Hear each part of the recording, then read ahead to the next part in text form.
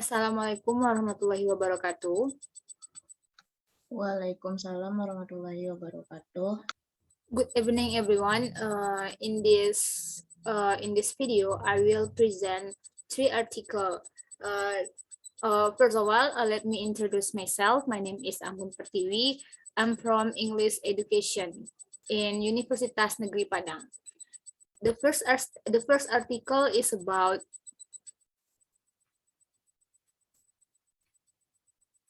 incorporating CFR brands and ICT competencies in grammar syllabus of English language education study program in Indonesia.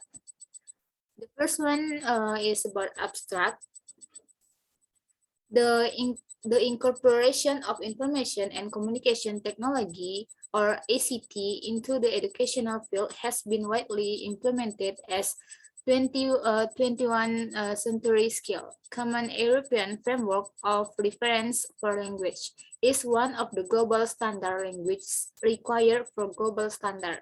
However, in Indonesian context, there is lack of syllabus incorporating CFR bands and ICT competencies.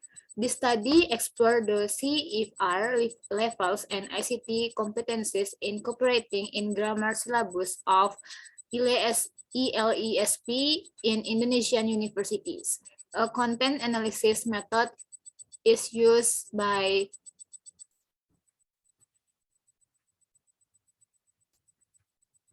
and the next, let's move on to the introduction.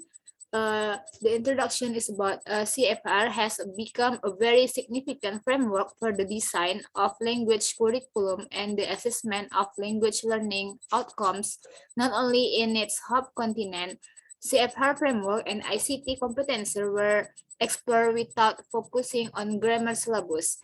This research was conducted in CFR incorporated in language skills, language learning, and assessment. The second point is, to what extent are CFR bands grammar competency incorporated in the existing grammar syllabus for ELSP? And the third point is, to what extent are the ACT competencies incorporated in the existing grammar syllabus for LESP? Next is about method. The first one is research design. This study employ a content analysis method. This content analysis depict the representation of the CFR brands framework and UNESCO ICT competency framework in the grammar syllabus of the English language education study program in the Indonesia. And the research context and data research. The data research of the research were the grammar syllabus of English language education study program in Indonesia. The data of the research were the statement of the CFR brands framework and UNESCO ICT competency framework in grammar syllabus. And also 15 syllabus of grammar from 8 universities were selected randomly based on a proportion of 12 syllabus from private university and 3 syllabus from public university in Indonesia. And next is about data collection. After collecting the 15 syllabus of grammar courses, the researchers first classifying the syllabus to basic, intermediate, or advanced grammar. Secondly, codifying the syllabus by the university and courses. Thirdly, asserting the syllabus content by grammar topics and ICT competencies as the research data that ready to be analyzed. And next is about data analysis. The data analysis procedure conducted in this research are as follows: analyzing existing grammar syllabus, referring the descriptors of CFR brands, and then calculating the percentage of the CFR grammar descriptors by dividing each level of CFR brands to all level of CFR bands stated in the existing syllabus to analyze the grammar items in the existing syllabus. And the findings of this research is the analysis result of existing grammar syllabus to investigate the CFR bands, and ICT competencies was incorporated into the syllabus. Next is a discussion. There are 2 points in this discussion. The first one is with regard to the first research question, the extent of CFR bands grammar descriptors incorporated in the existing grammar syllabus for ELSP show the grammar learning consisted of 3 levels, which are basic, intermediate, and advanced level. The CFR and the second point is the CFR bands as well as the ICT competencies interrogation were already embraced by existing grammar syllabus. However, the integration of CFR bands and ICT competencies were not completely proportional. And next, we are jump to the conclusion. The first point is the study aims to incorporate CFR standard and ICT competencies framework in grammar syllabus to promote the use of international standard and the advantageous competencies for study in current situation and needs. And the second conclusion is the research found some limitation. There are works to do for reaching an ideal state for CFR standard and ICT competencies based grammar syllabus. That's all about the first article. Let's move on to the second article. The title of the second article is EFL Teacher Educators Experiences in Teaching Critical Reading, Evidence from Indonesia. The abstract of this article is this phenomenological study probes into EFL teachers, educators' experiences in teaching critical reading. It especially looks at teachers, educators' conceptions of teaching critical reading and how their teaching practices contribute to the development of students' critical reading skills. Data were generated through in-depth interviews with 9 teacher educators in private university in Malang, Indonesia. Findings suggest that the teacher educators' conception of teaching critical reading is geared by their lived experiences, involve basic conceptions of teaching critical reading from a philosophical lens, and critical thinking empowerment in reading classes. The study also documents that teaching critical reading encompasses higher order thinking skills enacted in the process of reading. And the next is about introduction. There are 3 points of this introduction. The first is 2 research questions with this study. The research questions with this study are: to what extent are teacher educators' conception of teaching critical reading, and how do their teaching practices contribute to the development of students' critical reading skills? And we talk about method. The first one is design. The present study was situated in an English education department of private university in Malang, East Java, Indonesia, which investigates the English teacher educators' experiences of teaching critical reading to EFL students. And the participants, there are 9 participants were recruited in the study using a convenient sampling technique due to easy accessibility and willingness to participate fully.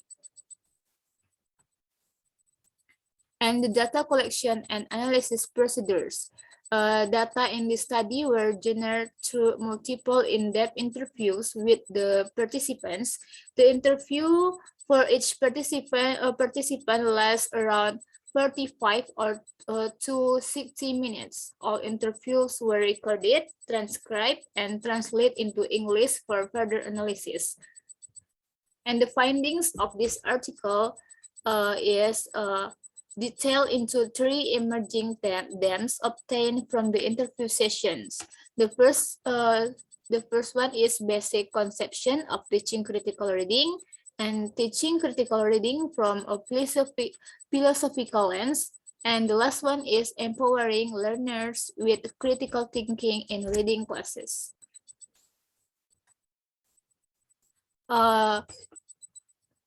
In conclusion, there are two points I write in this PowerPoint. The first one is the present study attempted to uncover teachers' conceptions of teaching critical reading and how their practices contribute the students' reading skill development.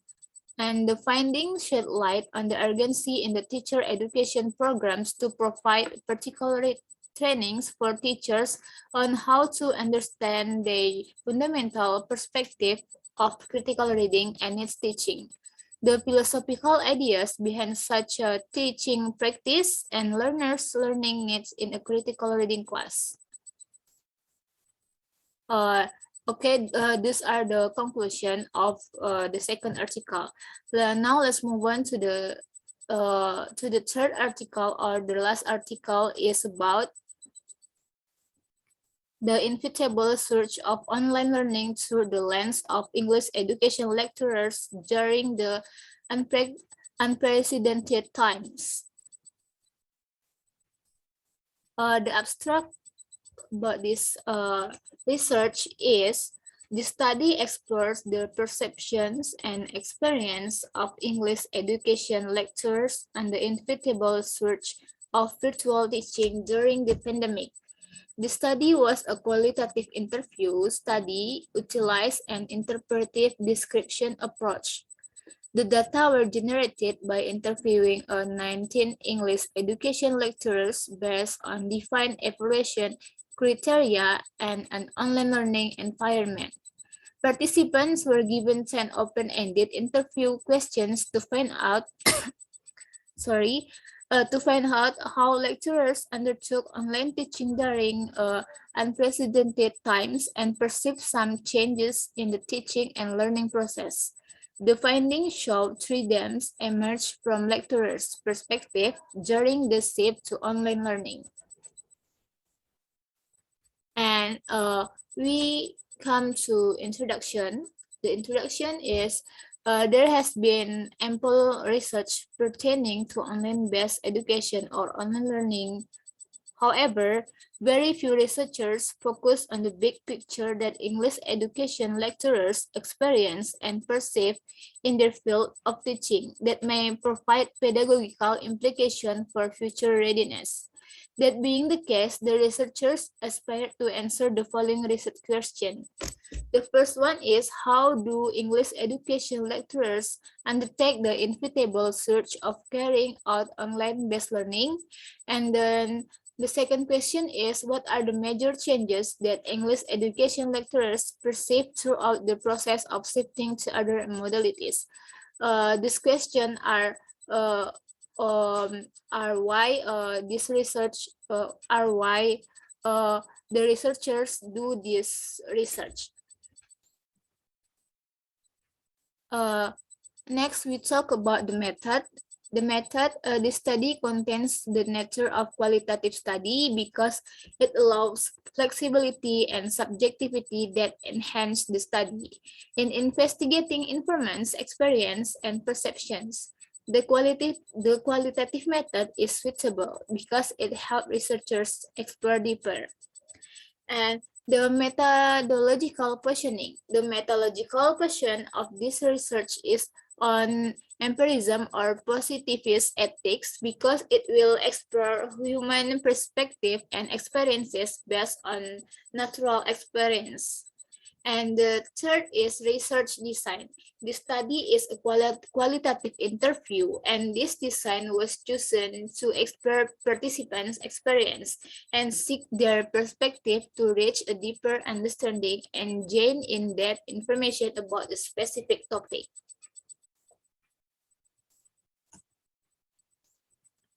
And the participants of this research are more than half of the participants were female, 80%, and 20% male. The 70 of the participants were between the age of 30 until 40. The 70% were between the age of 40 and 50, and 20% were between the age of 50 or 60. The data collection of the research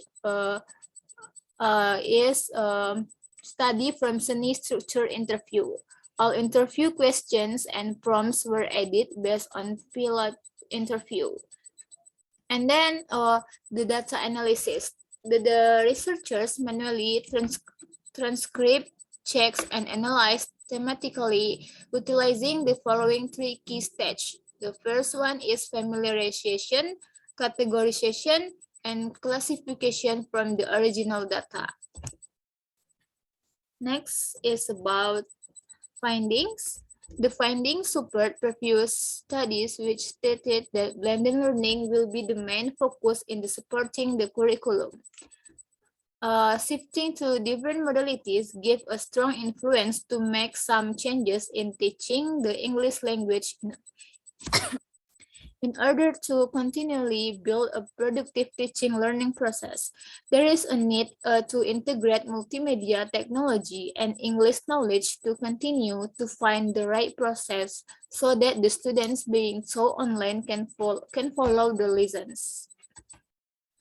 And the conclusion of this research is these findings indicated that the inevitable search of online learning shaped lecturers' teaching skills and attitude in handling difficult situations. Moreover, the study also provides a pedagogical implication reading teaching learning process.